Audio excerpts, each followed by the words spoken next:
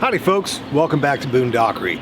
Today I'm shooting from my backyard, and with this beautiful weather, the little village I live in is absolutely abuzz with activity. So you're gonna hear all kinds of really annoying, crazy sounds, including my chickens. But that's okay. A day like this has been so rare. The past week has rained every single day, and the temps have been horrible. It's supposed to get up to 68 degrees today. It's supposed to be sunny all day. I'm going to take advantage of it by conducting a little experiment. Now, this will have direct impact on what my experiment is.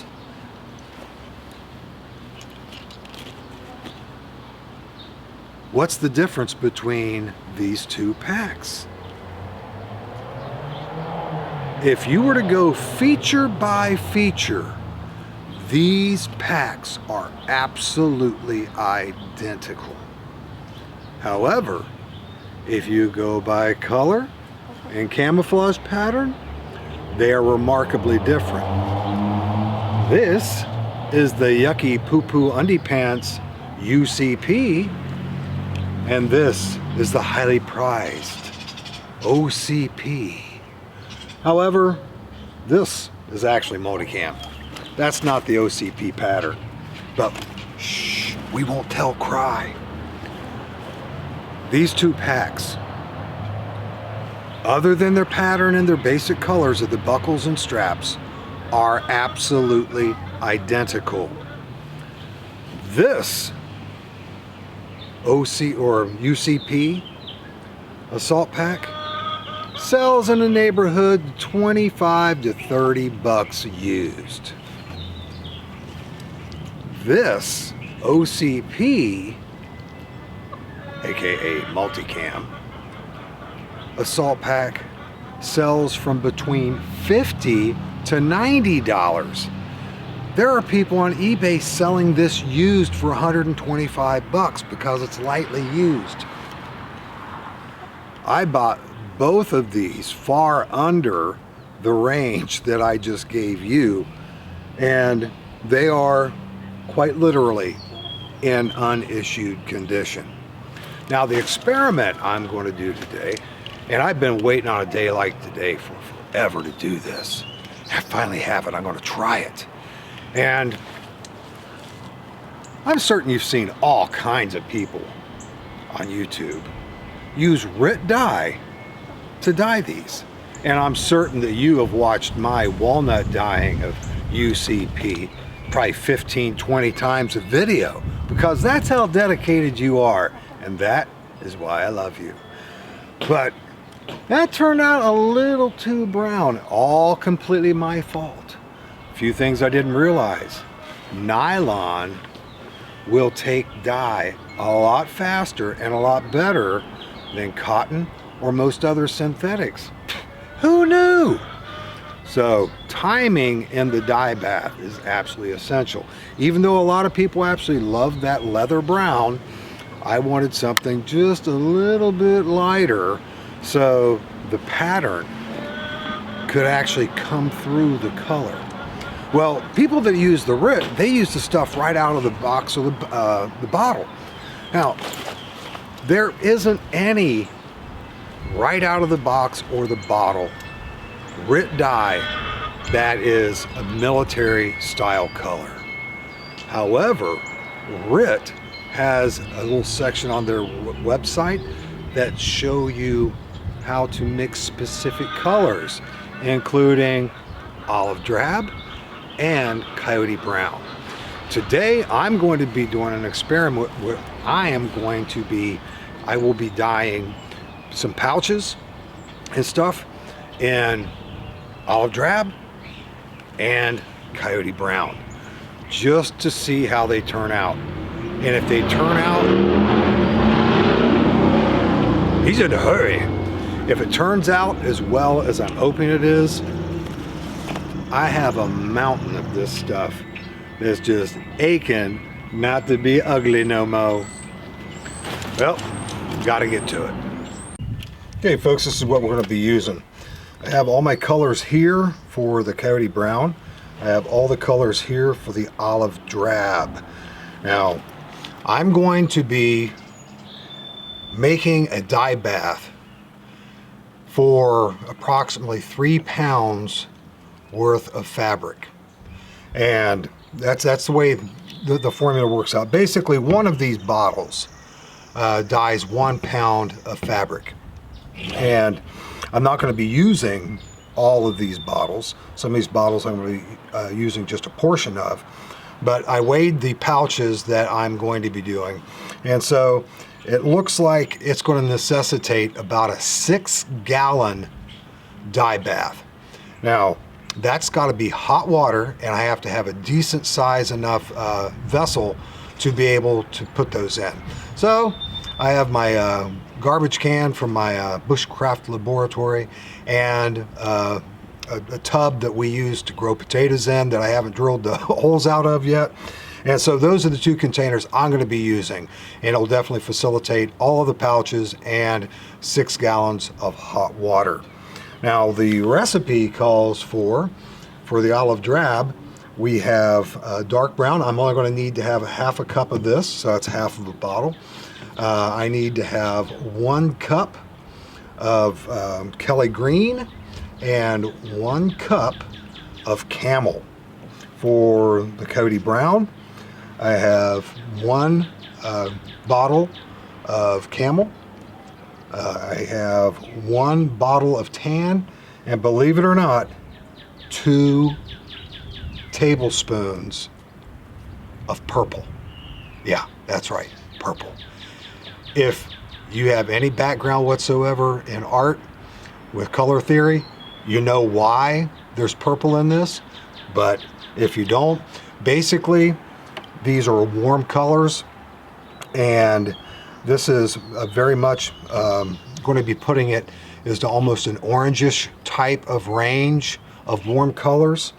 And the opposite color on the color wheel will mute colors. So if you have a very orangish kind of color going on, a few drops of the opposite color on the color wheel, which would be purple or blue, is going to mute that down to make it more of a neutral gray, which when you really look at it, Coyote Brown is not brown. It's a warm gray. Okay, enough talking there. I've got a measuring cup.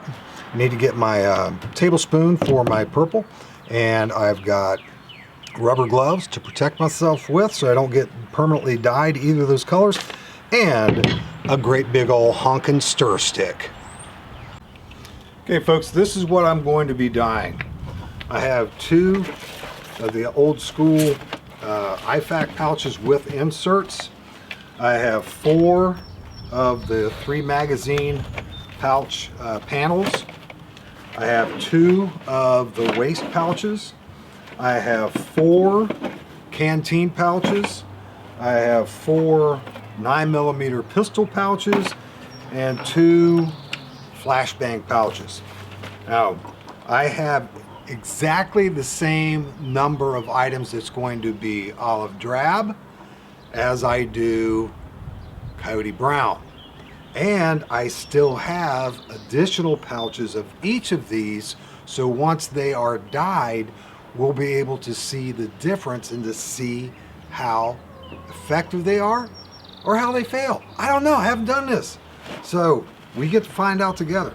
The only preparations that I do for these is I have to make certain that they're clean first of all, so they've all been washed. Now when I wash them, I put them in the same condition that I'm going to have to keep them in when I dye them. That means all the pouches are open, the buckles are all undone, all the Velcro's undone, which will probably get stuck together anyway in the dye bath they did in the washing machine, and all of the straps disconnected. Everything is loose. We want dye to be inside and out of all of these, so that way that there's not going to be any unintentional light spots. Now I'm going to go ahead and start bringing in the hot water to fill up my containers, and it has to be hot. You're looking for about 140 degrees temperature. Now normally you'd have to like heat that up on your stove, or if you were going to do the washing machine method, turn that washing machine to hot, and it would probably get up to there. But my utility sink in the basement is the shortest line in the entire house by about 4 feet from the hot water heater. So when I turn on the hot water in my utility sink, it is scalding hot, probably in excess of 140 degrees. So I'm going to go ahead and start bringing up the water, and then we'll come back. We'll go ahead and start putting our dye in the water and give all this stuff a bath. In addition to the dye and all the stuff I already showed you, you're also going to need to have some distilled white vinegar. Now for the 6-gallon dye bath I'm going to be doing for each one of the colors, I need to have 2 cups of distilled white vinegar for each dye bath. So a total of 4 cups. Well folks, with a beautiful day like today, folks are getting some mowing done, so sorry for the noise. What I'm going to do with the dye, I have 3 gallons of water in here. So whatever size bath you're using, go ahead and once you have half the amount of water in there, go ahead and put your liquid dye. Even though it mixes really well, when you pour in the other 3 gallons, it's going to agitate it and spread it around a little bit better.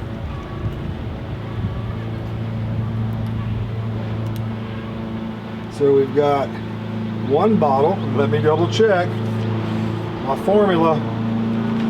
We've got 1 bottle of Camel, which has 1 bottle.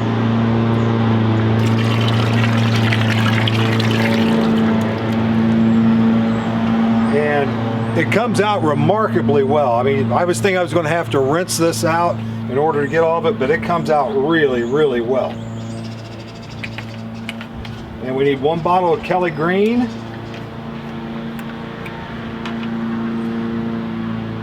It's super easy to open too. I really appreciate that. 1/2 cup of dark brown, which is 1/2 of a bottle. Here we go. Now I'm going to pour the other half of the water in. It was funny because the plastic jug I was measuring out the gallons in, it actually started to melt. It was so hot. Okay, now we're to throw in a couple of these panels. Let's see, we'll throw these 2 in. We'll throw an IFAC in, waste pouch,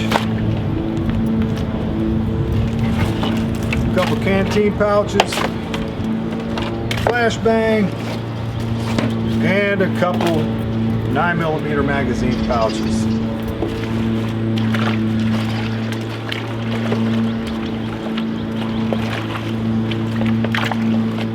Give that a good stir. And I am going to continually stir this off and on for about 15 minutes, making certain that we get all the little things that are filled with air down in there. And I'm going to go ahead and start getting some water for my Coyote Brown. And 2 cups of distilled white vinegar. Almost forgot it.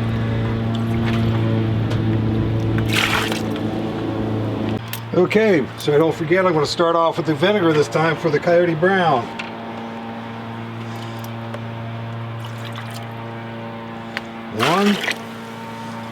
2 cups.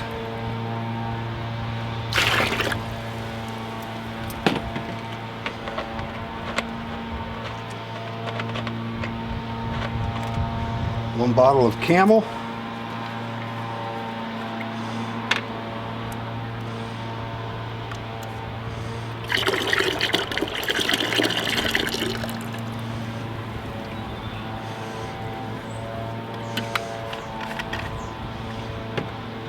One bottle of tan.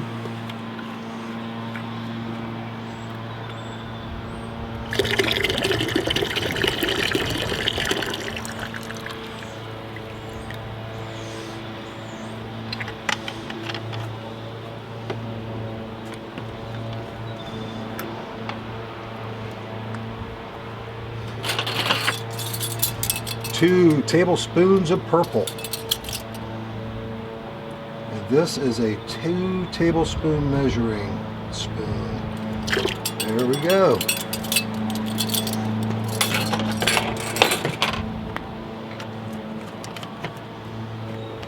I'll go ahead and add the water.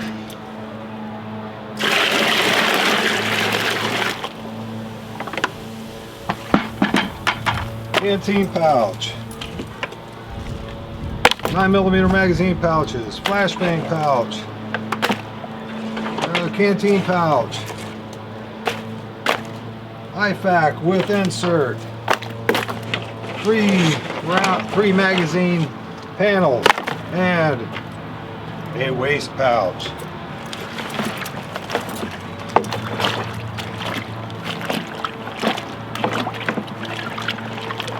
Okay folks, moment of truth, at least for the olive drab. It's been sitting for about an hour. I've been stirring it frequently. And see how it turned out. Grab something here.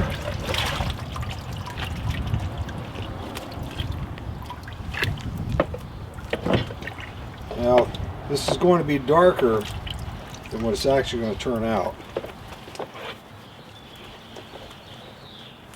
I have to rinse this and let it dry, but I would say it will probably be close to that. This is a double lined area here, and so that didn't take the dye quite as well as other stuff. And yeah, we'll go ahead and get it all hung up and rinsed. We see how it goes. Now that was all like that sage green. That's a beautiful olive drab. Look at this. That's really dark. And it all depends on how well worn they were too. That's one thing that I noticed on a couple of the pouches. The newer ones are a lot lighter. So I'm going to go ahead and get all this out, and we'll go from there. Now the Coyote isn't going real well. Move this out of the way. As you can see, I have like a crack in this. It's not leaking a lot. Like, you know, I may have lost a gallon out of the 6 gallons. I don't know if that had anything to do with it or not. But I was expecting this to turn out a little bit darker, and because, you know, that right there, it's going to be a good bit lighter than this when it's rinsed and when it's dried. But right there, that almost looks like Marpat, and we'll just have to see. I'm going to go ahead and take these out and hang those up and rinse them as well. And as soon as they're dry, we'll do a little comparison with the original and the olive drab. Well folks, they're still just a teeny tiny little bit damp. But this is how they turned out. Everything that's on would be your left side is olive green or olive drab. Everything that's on your right side would be Coyote Brown. And of course, you know what this stinky, nasty, poo-poo undie pants color is. Now, I am incredibly impressed with this, because one thing I was really wanting with my walnut dyed nylon gear was to have that pattern come through. I didn't want it erased, because I know how well my ACUs looked after they were walnut dyed. Everything I've ever walnut dyed looks so much better for the fall woods. But the one thing I'm noticing a lot with the Coyote is because of these muted gray greens, and they're incredibly gray greens. This is really looking to me to be an awesome woodland pattern. However, if you are in very dense foliage a lot, the olive green looks magnificent as well. I'm giddy. I'm absolutely giddy.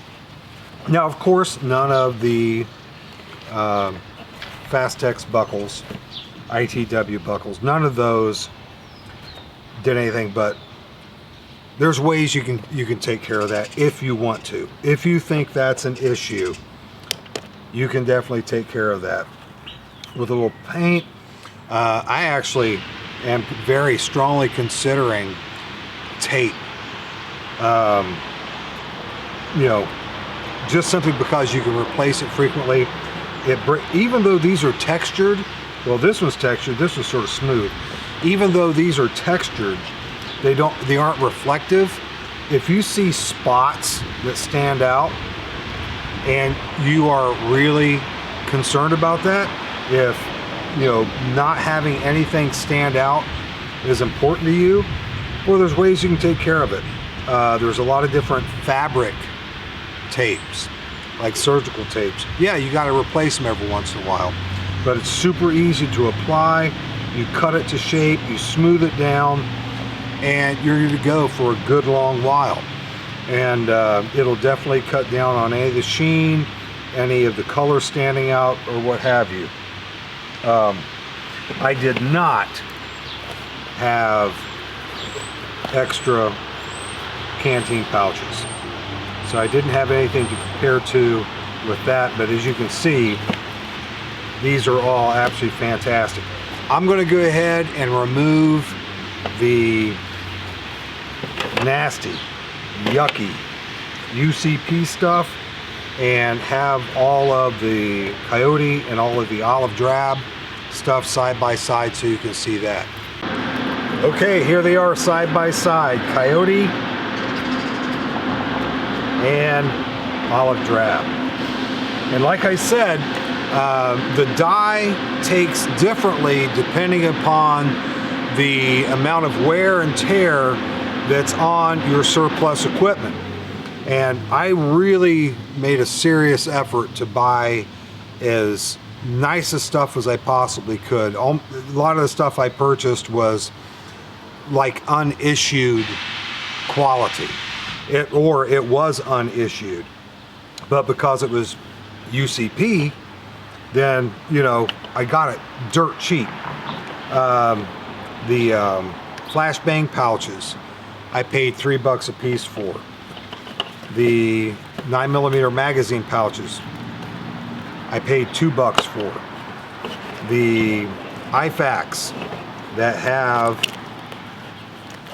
the organizers in them, I paid $7 for those.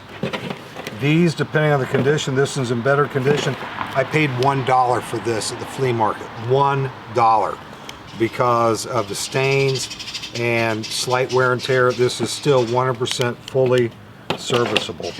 This one was a little nicer. I paid $5 for it. A couple little flaws with it.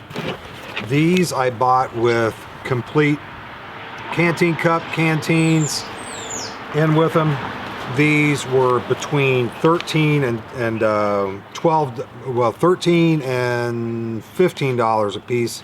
A couple of them had a couple minor little flaws with a little bit of wear, but all completely serviceable.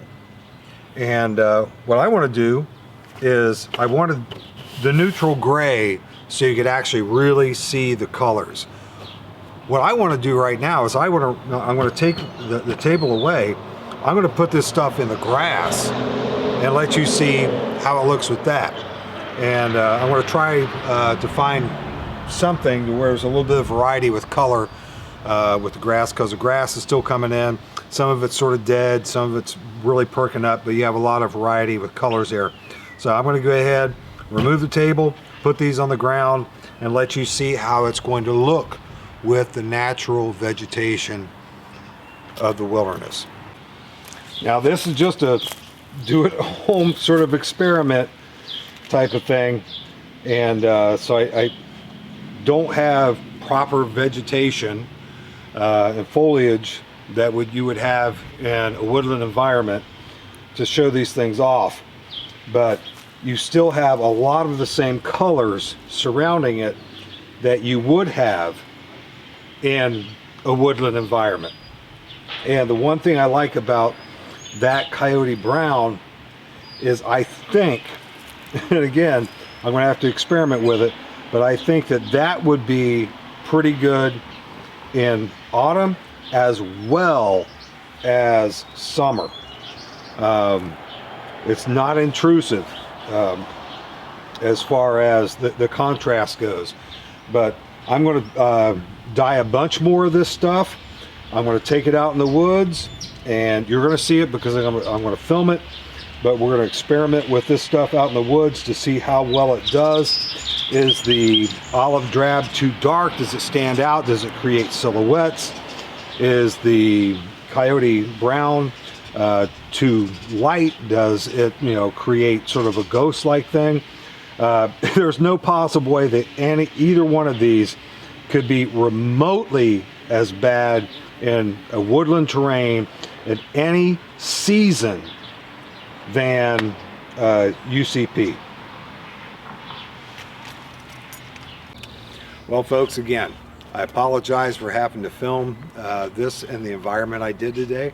All kinds of things in the background, all kinds of sounds, all kinds of interruptions, but hey, you know what? We got it done. Now, what we got done, dude, diddlated, was this. We turned UCP into something awesome for dense foliage in the summer. We turned it into something awesome for UCP in multiple environments. This might even work well for autumn. But what we did is we made it not what UCP is. Now, folks, this stuff is dirt cheap. Nobody wants it. All of the kit is designed and made exactly the same way. There's no difference in the kit. What's different is the pattern. Nobody wants it. But for, I estimate probably about $10, you can dye up to probably, I think it was 4 pounds worth of this stuff. So if you're getting this for like $7, and an OCP of the same thing is going for like 20, you could probably afford to invest that little bit in dye, a little bit in time to get good quality kit and make it usable for you and your environment. If you live in an environment that UCP is truly functional in, I feel very, very sorry for you. It's got to be so depressing. Well, folks, there you have it. It worked. Everything worked. I had some expectations. It wasn't exactly what I was expecting, but it worked and it turned out well. Well, folks, as always, thank you so much for watching, and I'll see you next time.